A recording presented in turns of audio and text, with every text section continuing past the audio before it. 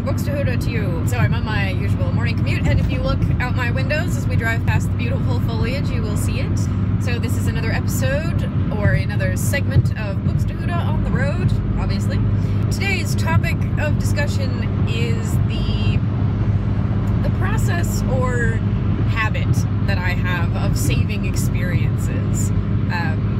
And what do I mean by that, you may ask? I mean, I put off doing certain things that I will enjoy very much simply because I know that they will then be experiences that I cannot have again. Like, I've been putting off watching season 2 of both Poldark and Outlander because I know that that's going to be the only time I get to experience them for the first time. Poldark and Outlander are my pretty much all-time favorite TV shows. And I'm also still putting off finishing the final season of The Musketeers. Because I don't want it to be over, and because I think I overdid it on seasons 1 and 2. But that's okay.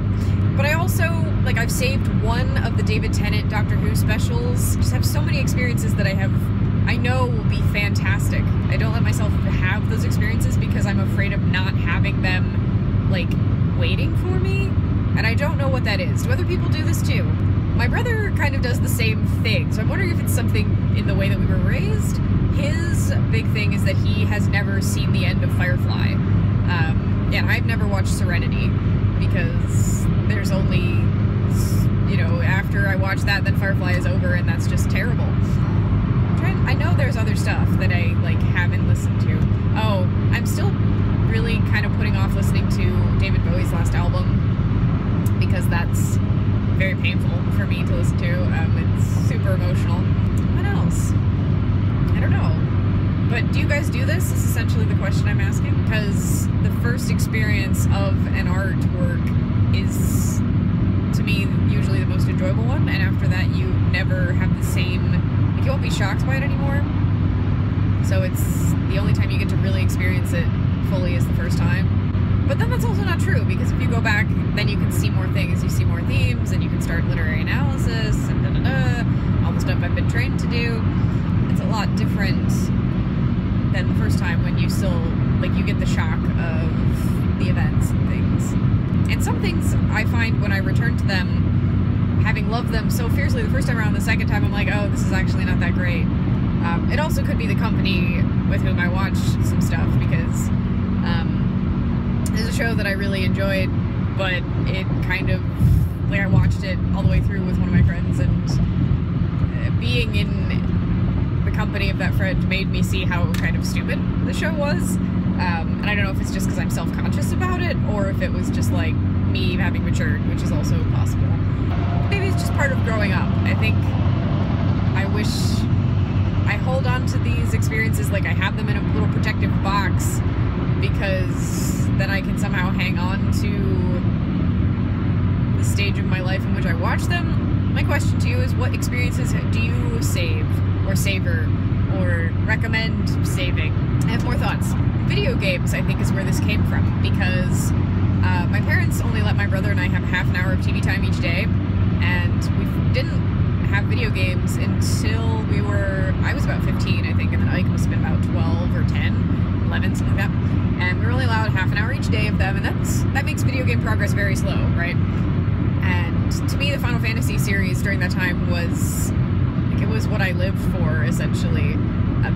That half an hour after school, after my workout, after my shower, when I sat down and just got to go into that world for half an hour, or, until I found a save point.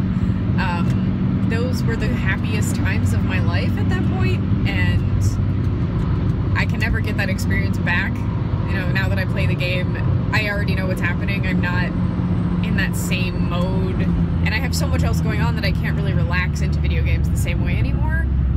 But I think it's that, the feeling that I need to be in the exact premium state to experience certain things. I won't let myself watch Poldark if it's not just me alone in the house. That's, so I can freak out as much as necessary. So it has to be, when I don't have any pressures, I don't have to do any grading, I have to have all of the stuff done and out of the way. I have a checklist of things that has to be done before I allow myself to experience these special works of art.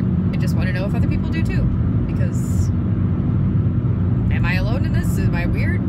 I don't know. My other friends, I mean, we're friends, right? My friends look at video games and TV shows and things as just a way to enjoy themselves. They don't have this same, like, checklist of scenarios that must be in a certain way before they let themselves do things. They just play video games or watch TV because it's fun and they have the time. So I don't know what my deal is with that. So anyway, I'm Bookstahooda, and I make videos every weekend and Wednesday. Bookstahooda.